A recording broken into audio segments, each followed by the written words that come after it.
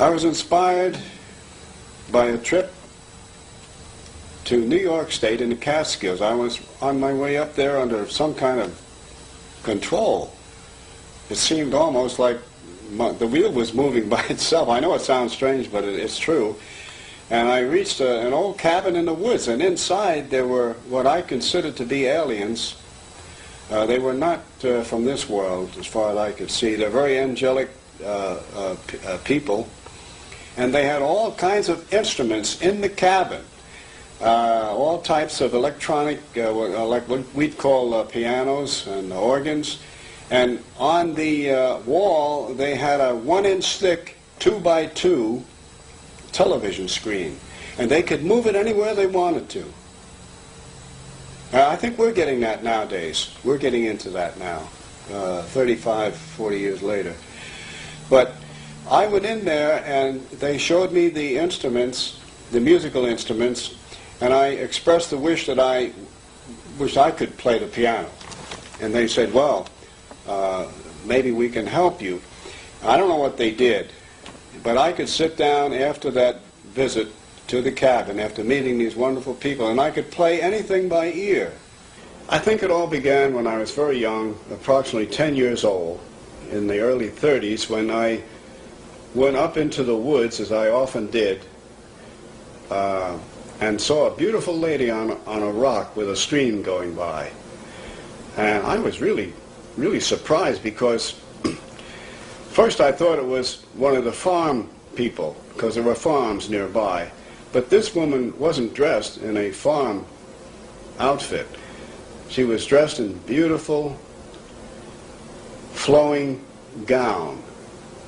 And she had long blonde hair and gold-colored eyes. And she seemed to be waiting for me, as though she knew I'd be there. And when she spoke in perfect English and a beautiful voice. And I was only 10 years old, but I want to tell you, this was quite an experience. She was like an angel, like talking to an angel. And she seemed to know all about me. And she mentioned some things that would happen in the near future. She departed almost like a vision, just disappeared. And I went back home. I didn't talk about it for weeks. Not even to my brother, who often went up in the woods with me. We saw discs in the sky, my brother and I, during that period, that same period. And as time went on, some of the things that she had predicted were coming true. They continued from the girl on the rock right on up to the very significant ones in 1956, when the craft came in, these huge 40 to 50 foot craft, and they carried these beautiful angelic aliens. And of course at first I wasn't ready for any of this. No cameras, no recording equipment, no witnesses. But after that I prepared myself with cameras, witnesses. I had witnesses. I was taking a movie on one incident in 1956 in Highbridge, New Jersey, where a craft was coming in. It's in my new book, the Highbridge incident. The pictures are in there.